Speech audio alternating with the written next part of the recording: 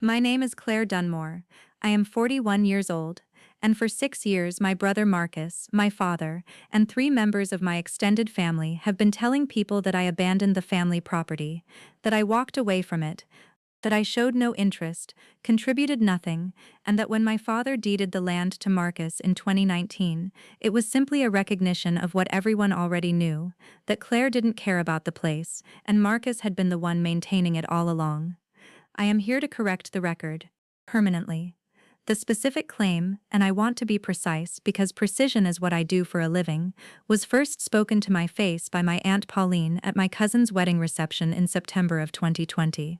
She touched my arm, tilted her head with that particular angle people use when they want you to know they feel sorry for you, and said, "Honey, we all understand why your daddy gave it to Marcus.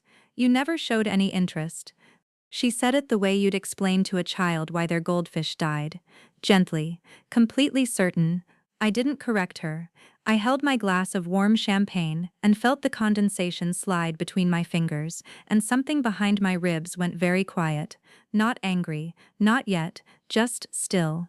I was already cataloging the specific inaccuracies in her statement. There were 4.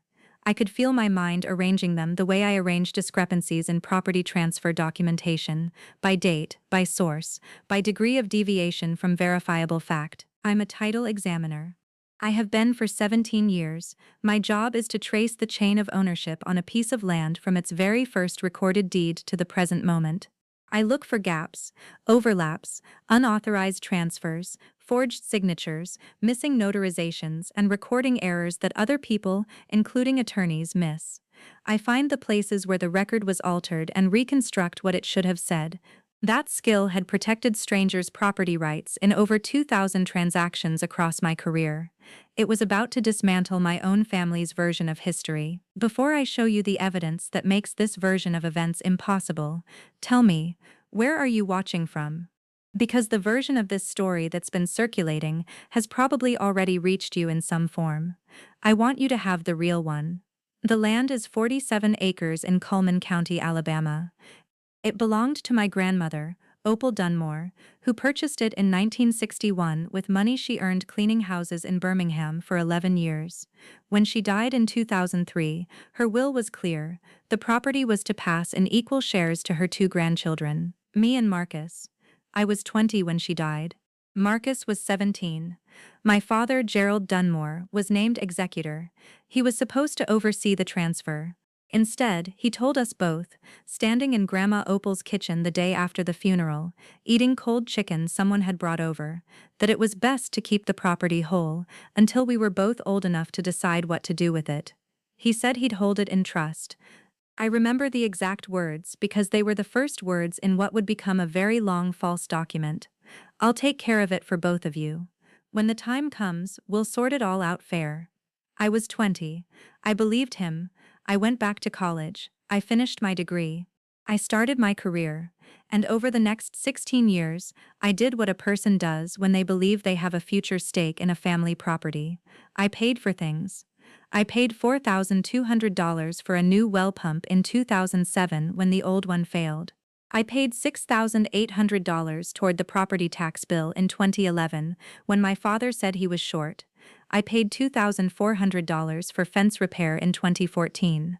I drove down 4 weekends a year to help maintain the tree line and clear brush from the access road. I have receipts for fuel, materials, and one emergency plumber who charged me $950 on a Sunday in August 2013 because a pipe had burst under the back porch.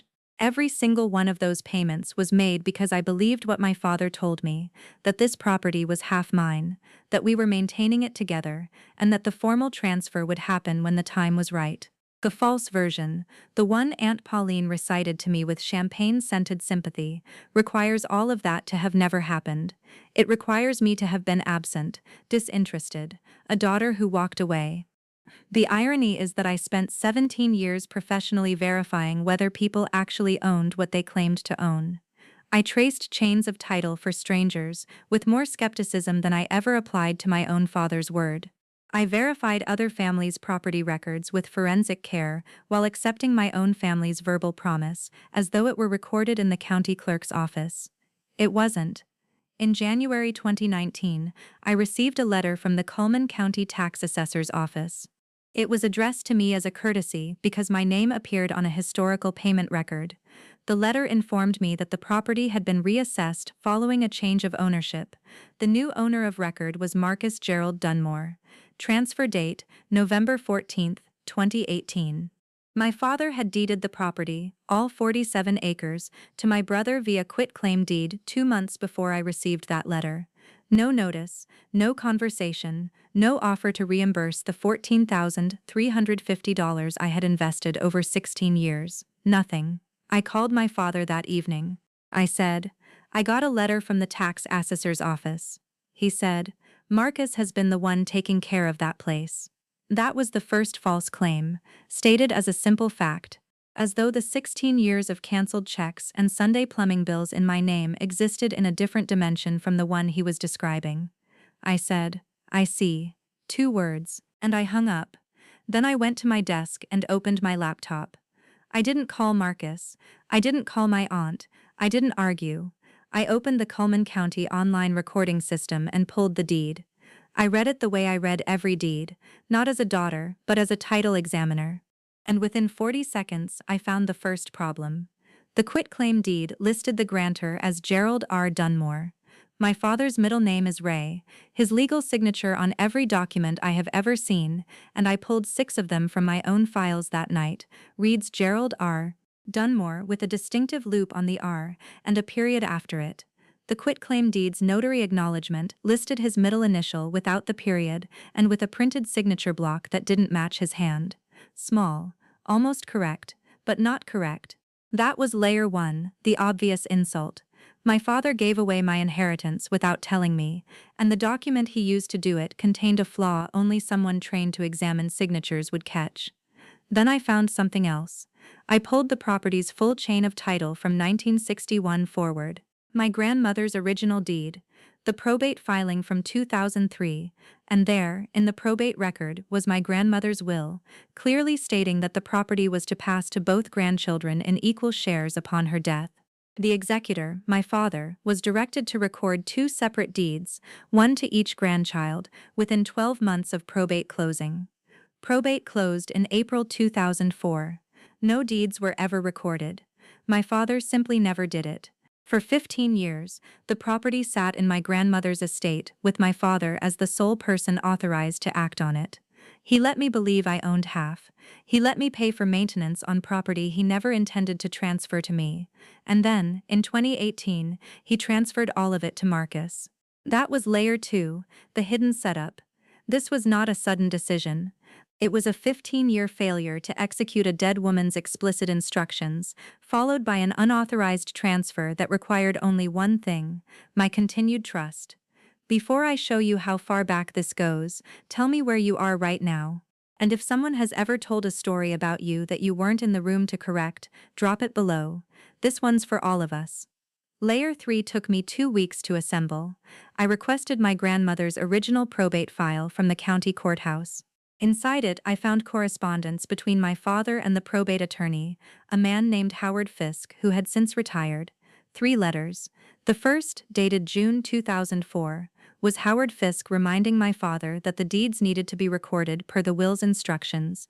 The second, dated September 2004, was a follow-up noting that my father had not responded.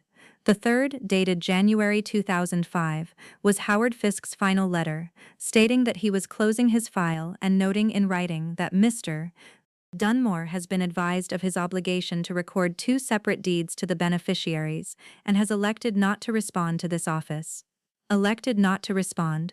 15 years before he transferred it all to Marcus. I sat with that letter in my hands for a long time. The paper was slightly yellow at the edges. Howard Fisk's signature was neat and firm. I could feel something inside me recalculating, not just the timeline, but every conversation I'd ever had with my father about that property. Every time he said, "We'll sort it out." Every time he accepted my check for repairs. Every Thanksgiving he sat at the head of the table and talked about family loyalty. Something inside me went perfectly cold and mathematical. I was running the title search on my own childhood, and the chain was broken at the root. Layer 4 required one phone call. I called the Cullman County Recorder's office and asked them to pull the document's metadata, specifically, who had filed the quitclaim deed and which attorney had prepared it. The preparer listed on the deed was a legal document service, not an attorney. A paralegal staffed office that prepares forms for a flat fee without providing legal advice. I called them, I gave them the recording number. And the intake coordinator told me, after checking her system, that the document had been ordered and paid for online by a credit card in the name of Marcus G. Dunmore. My brother prepared the deed, not my father. Marcus ordered it, filled in the details, and brought it to my father to sign. My father's involvement was limited to signing a document his son had already created. The transfer was not my father's unilateral decision, it was a coordinated act between Marcus and my father, with Marcus as the architect. The person who had supposedly been passively taking care of the place had actively designed and executed the legal instrument that stole my inheritance. He didn't wait to receive it, he manufactured the transfer himself. That brought the false narrative into sharp focus. My father told people he gave the land to Marcus. Marcus told people he was simply recognized for his care of the property. The truth was that Marcus created the deed, my father signed it in defiance of a dead woman's will, and both of them relied on my trust and my absence from the county recorder's office to make it permanent. The confrontation happened at my father's house. His house, the one he'd built on the 2 acres adjacent to the family land, the one with the wraparound porch he liked to sit on and survey what he called the Dunmore spread, as though he'd earned any of it himself. It was Easter Sunday, 2021, the whole family was there. 23 people, including Aunt Pauline. I brought a manila folder. Inside it, my grandmother's will, Howard Fisk's 3 letters, the quitclaim deed with the signature discrepancy circled, the document services intake record showing Marcus's credit card, and my own 16 years of maintenance receipts, totaling $14,350. I waited until after dinner. I waited until my father was in his chair on that porch with his coffee, Marcus beside him, Aunt Pauline across the table. I set the folder on the table between the sugar bowl and the butter dish and said, I need to correct something that's been said about me for 6 years. My father looked at the folder the way you look at an insect you weren't expecting. Claire, this isn't the time. It's been 6 years, I said. When would be the time? Marcus leaned forward. What is this about? I opened the folder. I placed my grandmother's will on the table, page 3 facing up, the relevant paragraph highlighted. Grandma Opal left the property to both of us, equally, in writing, witnessed and notarized. My father's first tactic was denial. That will was never finalized. There were complications with the estate. I placed Howard Fisk's first letter beside it, then the second, then the third. The probate attorney wrote you 3 times. You chose not to respond. His second tactic was reframing. He looked at the family members watching. Claire has always had difficulty with how things work in this family. She's been away. She doesn't understand the situation on the ground. I said nothing. I placed the quitclaim deed on the table. I pointed to the signature block. This isn't your signature. Your middle initial has a period. This one doesn't, and the notary acknowledgement doesn't match your signing style. Marcus's face changed, not dramatically, a very slight tightening around his jaw. His third tactic was the family loyalty appeal. Dad made a decision. He's the head of this family. You don't get to come in here and question that in front of everyone. I placed the document services intake record on the table. You ordered this deed yourself. You paid for it with your Visa card ending in 4471. You filled in the property description. You brought it to Dad to sign. This wasn't his decision. It was yours. Silence. The kind where you can hear ice melting in someone's glass. Marcus tried a 4th time, credibility attack. She's been bitter about this for years. She's making connections that aren't there. She's always been like this, paranoid, dramatic. And that is when Aunt Pauline spoke. Aunt Pauline, the woman who had patted my arm at that wedding and told me I'd never shown interest, looked at the documents on the table. She looked at my grandmother's will. She looked at the 3 letters from Howard Fisk, and she said, in a voice I had never heard her use before, quiet and slightly unsteady, Gerald, is this true? Opal's will said both of them. My father didn't answer. Pauline looked at me. I didn't know. He told me, Gerald told me you weren't in the will. He said Opal left it to him to decide. I nodded once. I did not tell her it was okay, because it wasn't. She had repeated a lie for 6 years without ever checking the public record that would have shown her the truth in 30 seconds. Then Howard Fisk's daughter-in-law arrived. I had not invited her. She had married Howard's son after Howard retired, and she worked in the same legal community. She had heard, through a small-town network I had not anticipated, that the Dunmore property transfer was being questioned. She brought one additional document, a copy of Howard's final file memo, stamped and dated, noting that Gerald Dunmore had verbally told him on the phone in September 2004 that he intended to hold the property for Marcus, and that his daughter didn't need land. She placed it on the table without commentary. She said, "My father-in-law kept meticulous records. He wanted this noted in case it ever came up." I looked at my father. He was holding his coffee cup with both hands. The cup had a faded image of a bass fish on it, one I'd given him for Father's Day 15 years ago. I said one sentence. "You decided in 2004 that I didn't deserve what your mother left me, and you spent 16 years letting me pay for something you'd already decided to take." I did not say anything else. I collected my documents. I stood up. I walked to my car. The consequences arrived in stages. The first was a letter from my attorney to my father and Marcus, demanding either reconveyance of my half-interest in the property or restitution equal to fair market value of 23.5 acres, plus reimbursement of $14,350 in documented maintenance costs. That letter went out 9 days after Easter. Marcus hired a lawyer. His lawyer reviewed the documents and, within 3 weeks, recommended that Marcus settle rather than litigate. The probate file, the will, the letters, and the document service records made his position indefensible. He agreed to a cash settlement of $187,000, the appraised value of my half-interest minus nothing, because the maintenance costs I'd paid entitled me to offset rather than deduction. My father did not hire a lawyer. He did not respond to the letter. He did not call me. Aunt Pauline called me 5 weeks later. She said she was sorry. She said she should have asked me directly. She said she had repeated what Gerald told her because she had no reason to doubt him. I told her I heard her. I told her I appreciated her saying it. I did not tell her I forgave her. I told her that I needed time, and that time would tell me what the right response was. She accepted that.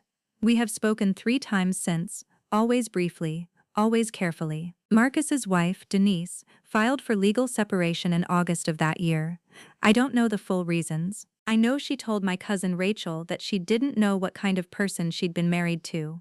I know she moved to Huntsville with their 2 children. I know Marcus is living alone in the house he built on what he believed was solely his property. My father lost the porch. Not literally, he still sits on it. But Thanksgiving that year, only 6 people came. The year before, there had been 21. The man who surveyed the Dunmore spread from his chair now surveys a mostly empty yard. I don't know if he understands what he lost, or if he's constructed a new story in which he is the victim. I suspect the latter. People who build false records rarely stop building them. The gray zone in this story belongs to my cousin Rachel, Aunt Pauline's daughter. Rachel had been present at conversations where my absence from the property was discussed. She had nodded along. She had, I later learned, once told a mutual friend that Claire checked out of the family years ago. After Easter, Rachel went quiet. She didn't call me for 2 months.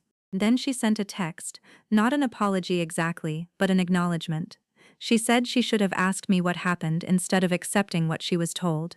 In November, she drove 2 hours to help me move furniture into my new place. She didn't mention the property. She didn't mention my father. She assembled a bookshelf and stayed for dinner. The apology was in her hands, not her words. I let that be enough for now, though something between us remains unfinished, a sentence she hasn't figured out how to say, and I haven't decided whether I need to hear.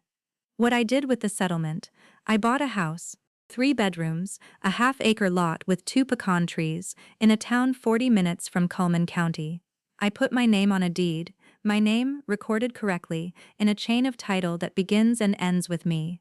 No executor, no intermediary, No one holding anything in trust on my behalf. The first night I slept there, I lay awake looking at the ceiling and thinking about my grandmother cleaning houses in Birmingham for 11 years to buy 47 acres of Alabama dirt. She put her name on a deed. She wrote a will. She was explicit about what she wanted. And still, it took her granddaughter's professional training, the ability to read a chain of title and identify where it was broken, to make her wishes real, 20 years after her death. I think about false narratives the way I think about defective title chains. They function as long as no one examines them. They circulate in families the way clouded titles circulate in recording systems, passed along from one transaction to the next, each repetition making them feel more legitimate. My father told Pauline. Pauline told Rachel. Rachel told a friend. The friend mentioned it casually at a gathering where I wasn't present, and by the time it reached me, it had the weight of consensus, not because it was true, but because no one had checked. The cost of a false narrative is not just what it takes from the person it targets. It is what it takes from everyone who repeats it. Pauline lost 6 years of knowing her niece. Rachel lost the version of herself that would have asked one question instead of accepting one story. My father lost the family he believed his control had built. And I lost 16 years of maintenance payments, 4,000 weekends I could have spent elsewhere, and a relationship with my brother that I'm not sure was ever real. A correction of record doesn't undo the time the false version was in circulation. It doesn't return the years. What it does, the only thing it does, is stop the false version from compounding further. It draws a line. On this date, the record was corrected. Everything before this date is the old version. Everything after is the truth. Last month, I sat at my own kitchen table, the one in the house I own, the one with my name on the deed, and I opened a letter from the Cullman County Recorder's Office. A routine notice confirming that a satisfaction of lien had been recorded on the old property.